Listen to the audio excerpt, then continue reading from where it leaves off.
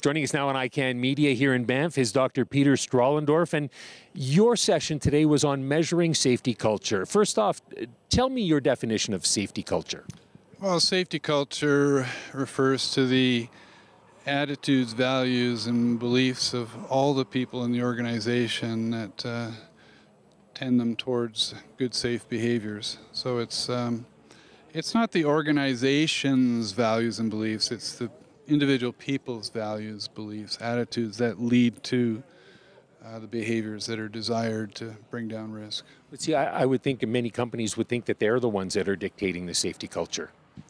Well, I think it is a fairly common view that safety culture is dictated, that senior people essentially tell the lower levels what to think, and it's I don't think that's very effective as a method. I think one of the things we have to work on is how you, over time, through education and discussion and reiteration, improve people's understanding of the values that we're seeking. And what you really want is individual people to be internally motivated, that they're not just behaving in certain ways, that they're not just parroting senior management, that they are themselves leaders within the safety culture, that it's contagious, that they're persuading and discussing with people around them the right attitudes leading to the right behaviors.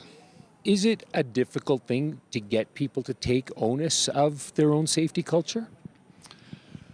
Well, that's a big question, isn't it? It is difficult in many cases, but I do think for most people there's a fairly solid understanding that human life and health is important, it's valuable, and that the only way to protect human life and health is for individual people to care and to think not only about risks themselves, but risks to others and the impact of their actions and non-actions on other people in the organization. One of our problems, though, is that organizations are so complex, and safety culture is not a simple thing. You have different subcultures at different levels of the organization, and you can have different subcultures in terms of demographics. You can have ethnic differences in beliefs and attitudes about causation and fate, and sometimes people's cultural beliefs are quite surprising to somebody who's keen on health and safety. I've had some people say, oh, this health and safety stuff is useless. If God wants an accident to happen, it's going to happen. And, you know, if you're a professional health and safety person, that's sort of not the way you think about causation. Right. It's difficult. So, you know, you can have these ideas in your organization, may not be clear.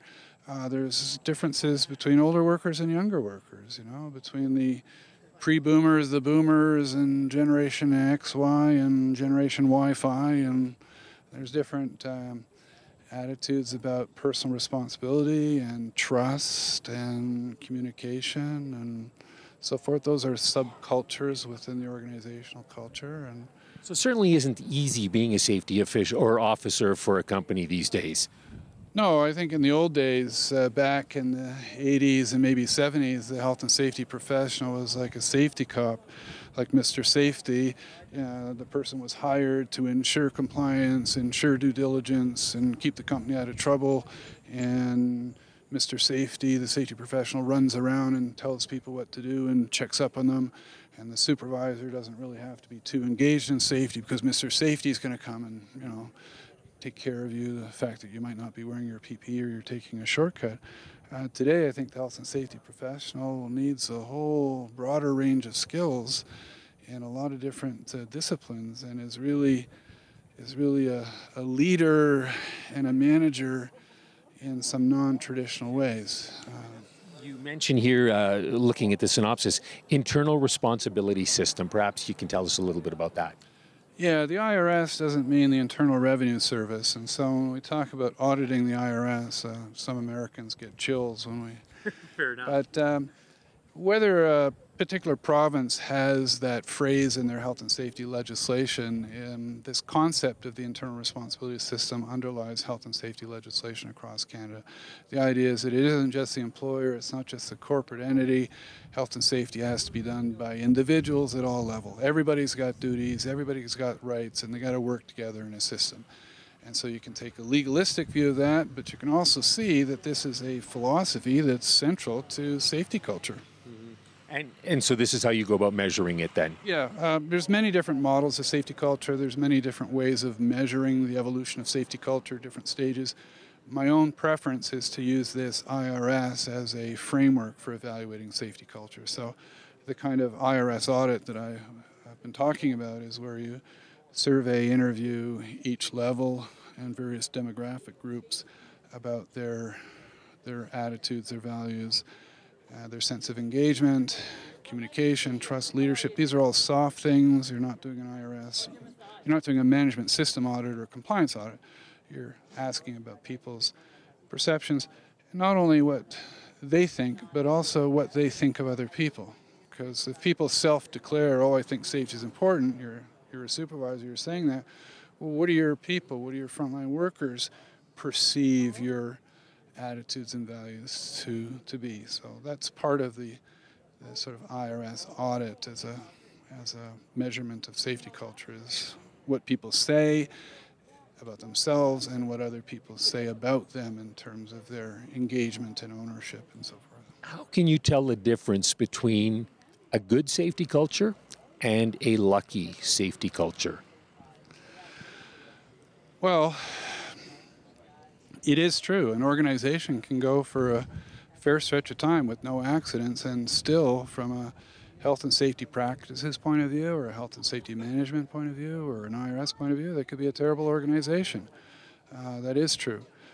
But if you go into a workplace, first of all, the material conditions speak to you.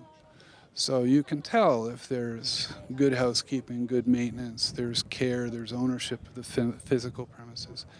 And when you listen to supervisors engaging with their workers, you can tell whether or not it's a team approach or whether or not there's hostility there and people aren't listening to each other. So you can be sensitive to some of the softer things, the people factors, instead of just looking at the material conditions. So you can, I think an experienced health and safety professional can really have a good sense, almost intuitively, of where an organization is in terms of terrible on the way to world-class safety. Excellent. Thank you so much for your time. Okay, thank you very much, Rob. Thanks for interviewing me. We've been chatting with Dr. Peter Strahlendorf here on ICANN Media.